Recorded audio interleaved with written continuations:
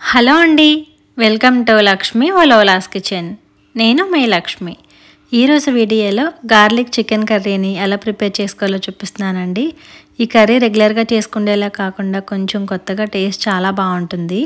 మీరు ఎలా చేయాలో చూసే ముందుగా వీడియోకి లైక్ చేసేయండి. సో స్టార్ట్ చేసేద్దాం. కర్రీ చేసుకోవడం కోసం 1/2 కిలో చికెన్ని శుభ్రంగా వాష్ చేసి బౌల్లో వేసుకున్నానండి. ఇప్పుడు దీన్ని మ్యారినేట్ చేసుకోవడం కోసం 1 టీ స్పూన్ సాల్ట్ వేసుకుంటున్నాను. అలాగే 1 టీ స్పూన్ కారం కూడా యాడ్ చేసుకోవాలి.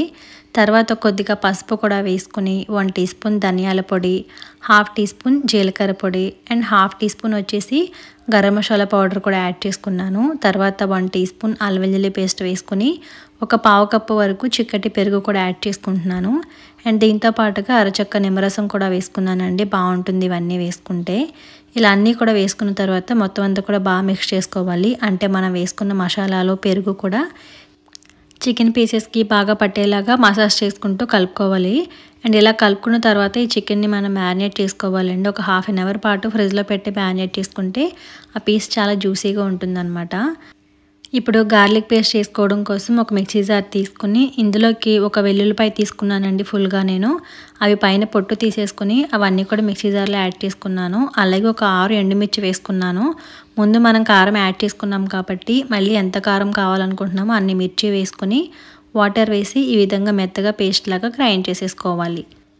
అన్నీ రెడీగా ఉన్నాయి కాబట్టి కర్రీ చేసుకోవడం కోసం స్టవ్ పై ప్యాన్ పెట్టుకుని 3 టేబుల్ స్పూన్ల వరకు ఆయిల్ వేసి వేడి చేసుకోవాలి. ఆయిల్ వేడైన తర్వాత మీడియం సైజులో 2 ఆనియన్స్ తీసుకుని ఈ విధంగా చిన్న ముక్కల్లా కట్ చేసి ఈ ఆయిల్లోకి వేసుకుంటున్నాను. ఈ కర్రీలోకి ఆనియన్స్ ఎంత చిన్నగా కట్ చేసుకుంటే గ్రేవీలో అంత బాగా కలిసిపోతాయండి. తర్వాత మనం చికెన్లో ఉప్పు వేసుకున్నాం కాబట్టి సాల్ట్ ఇందులో చూసుకుని యాడ్ చేసుకోవాలి. అందుకోసం ఒక 1 టీ స్పూన్ వరకు ఉప్పు కూడా వేసుకుని హై ఫ్లేమ్లో ఉంచి కలుపుకుంటూ వేయించుకుంటే చాలా త్వరగానే వేగిపోతాయి. ఒక 2 మినిట్స్ పాటు వేయించుకుంటే మనకి ఆనియన్స్ మంచి కలర్ వచ్చి ఇక్కడ నేను చూపిస్తున్న విధంగా బాగా వేగుతాయండి. ఇలా వేగితే సరిపోతుందన్నమాట. ఇప్పుడు మనం ముందుగా చేసి పెట్టుకున్నాం కదా వెల్లుల్లి అండ్ ఎండుమిర్చి కలిపి పేస్ట్ చేసుకుని ఆ పేస్ట్ అంతా కూడా ఈ వేగున్న ఆనియన్స్లోకి మొత్తం యాడ్ చేసేసుకోవాలి. నేను ఇక్కడ 1/2 కిలో చికెన్కి సరిపడగానే చెప్పానండి. ఒకవేళ మీరు ఎక్కువ చికెన్తో కనుక కర్రీ చేసుకుంటే ఎండుమిర్చి అండ్ వెల్లుల్లి కూడా ఎక్కువగా తీసుకోవాలి. సో ఈ పేస్ట్ అంతా కూడా ఆనియన్స్లో వేసుకున్న తర్వాత కలుపుకుంటూ 1 నిమిషం పాటు వేయించుకోవాలి. మరీ ఎక్కువగా అక్కర్లేదు అనమాట. ఇలా 1 నిమిషం పాటు వేగిన తర్వాత మనం ముందుగానే మ్యారినేట్ చేసి పెట్టుకున్నాం కదా చికెను, అదంతా కూడా ఈ ప్యాన్లోకి యాడ్ చేసేసుకోవాలి. ఇలా మ్యారినేట్ చేసుకున్న చికెన్ ఓన్లీ 1/2 అవరే కాకుండా 1 అవర్ కూడా మ్యారినేట్ చేసుకోవచ్చండి మన టైంని బట్టి. కానీ మినిమం 1/2 అవర్ పాటు మ్యారినేట్ అయితే చాలా బాగుంటుందన్నమాట పీసు. అండ్ ఈ చికెన్ ఇందులోకి వేసుకున్న తర్వాత అంతా కూడా బాగా కలుపుకోవాలి. అంటే ఈ గార్లిక్ అండ్ ఎండుమిర్చి పేస్ట్ ఉంది కదా అంతా చికెన్కి పట్టేలాగా కలుపుకొని ఇప్పుడు మీడియం ఫ్లేమ్లో ఉంచి మూత పెట్టి ఒక 5 మినిట్స్ పాటు మగ్గించుకోవాలి మధ్య మధ్యలో కలుపుకుంటూ. అలా 5 నిమిషాల పాటు మగ్గించుకుంటే మనకి చికెన్లో ఉండే వాటర్ అంతా కూడా రిలీజ్ అయిపోతుందండి. చూసారు కదా ఎంత వాటర్ వచ్చిందో. ఇలా వాటర్ వచ్చినప్పుడు ఇందులోకి ఒక 2-3 రెమ్మల వరకు కరివేపాకు వేసుకుంటున్నాను. చాలా బాగుంటుంది అనమాట ఫ్లేవరు. అండ్ కరివేపాకు వేసుకొని ఒకసారి అంతా కూడా మనం మిక్స్ చేసేసుకోవాలి.